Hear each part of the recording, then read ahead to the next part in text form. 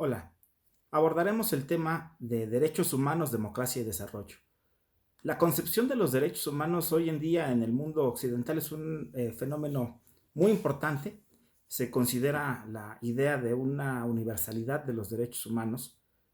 fundada en la noción de que hay una serie de valores de carácter general reconocidos en toda la humanidad.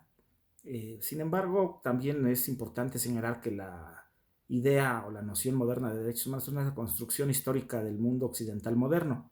La noción de derechos humanos nace al mismo tiempo que el Estado moderno en su concepción actual, en la cultura europea, y luego se difunde a lo largo del mundo, a partir mucho también de la existencia de monarquías absolutas en la Europa continental y en Inglaterra, en las que esta concentración del poder necesitaba límites o frenos, y los derechos humanos fueron creados como eso, como un freno, un límite al poder absoluto de las monarquías,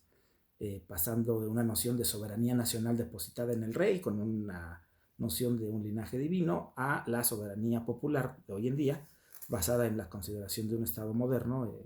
en el que el pueblo es quien toma las decisiones, quien tiene la legitimidad para hacerlo, y construir así la noción de Estado democrático como el que hoy en día funciona, con este principio básico de respeto a los derechos humanos. Eh,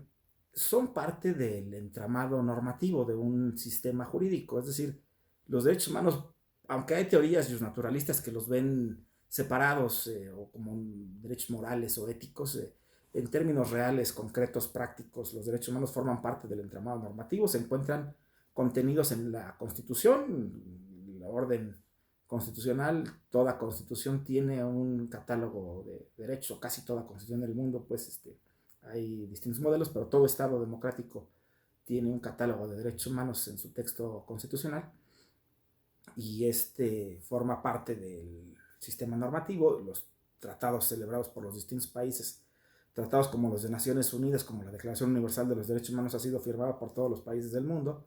Estos tratados, aunque si bien es un instrumento declarativo, pues hay el Pacto Internacional de Derechos Civiles y Políticos, el Pacto Internacional de Derechos Económicos, Sociales y Culturales, o las leyes internas de cada país contemplan derechos humanos, derechos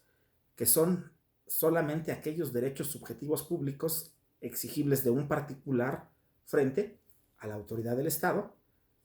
No estamos hablando de todos los derechos subjetivos, no significa que derechos humanos son todos los derechos que tienen los seres humanos, sino los derechos que tienen las personas frente a la autoridad del Estado, en principio para poner límites y frenar los abusos y excesos, pero también para exigir al Estado hacer aquello que justifica la existencia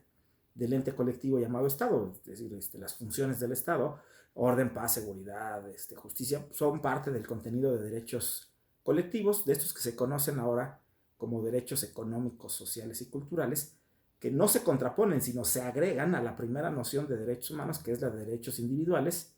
llamados también o conocidos como derechos civiles y políticos. Entonces, los derechos de libertad, igualdad, seguridad y propiedad son derechos civiles. Los derechos político-electorales, como votar y ser votado y participar en la toma de decisiones colectivas, son derechos políticos.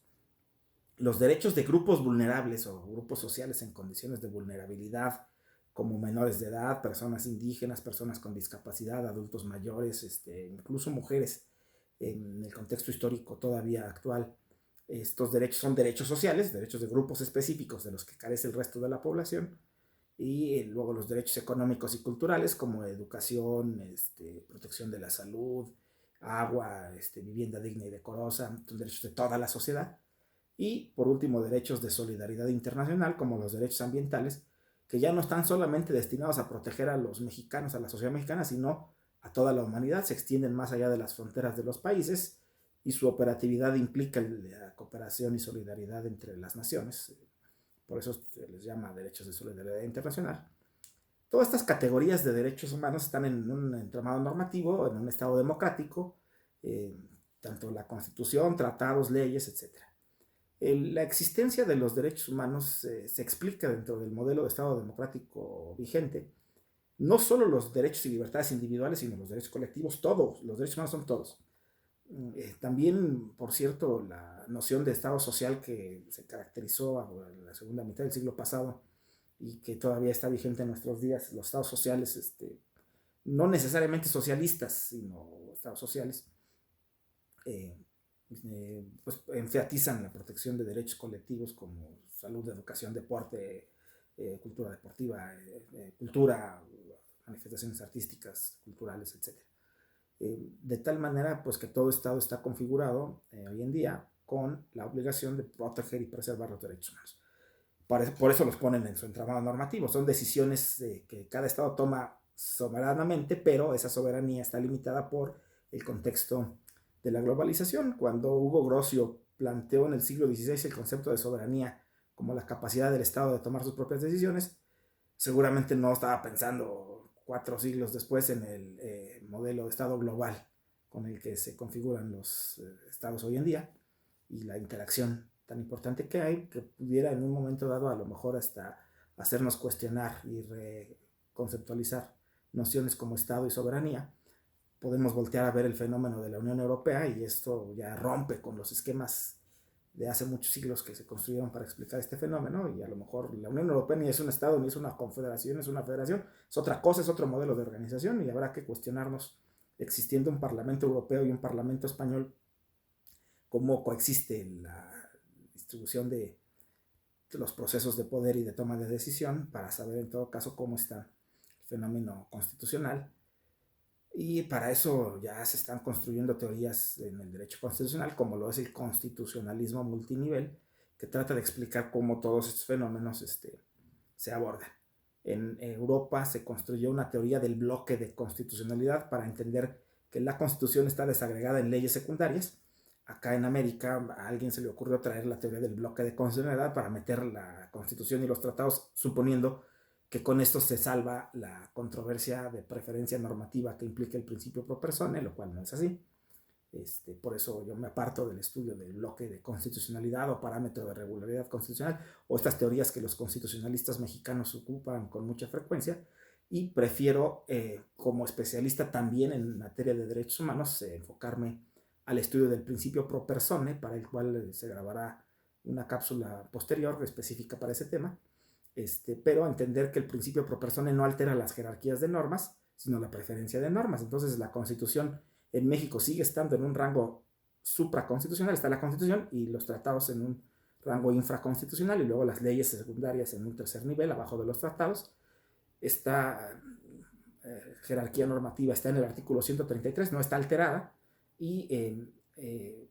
no se modifica, no están los tratados ni a la par de la Constitución, ni arriba de la Constitución, ni en un bloque de constitucionalidad, están abajo de la Constitución en rango infraconstitucional. Pero lo que a veces muchos constitucionalistas no aceptan es que se pueda preferir una norma inferior por encima de una superior, cuando la norma inferior es más benéfica. Y estamos hablando de la disputa entre la Constitución y tratados. Podemos remitirnos a la jurisprudencia 293 de 2011, en la cual la Corte, por contradicción de tesis, trata de resolver esta cuestión. Pero a final de cuentas, en realidad, la problemática subsiste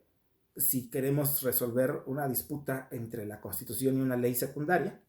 hasta el rango ínfimo como un bando municipal. Cuando esta es más benéfica para la persona, tendría que haber en todo caso una metodología jurídica para resolver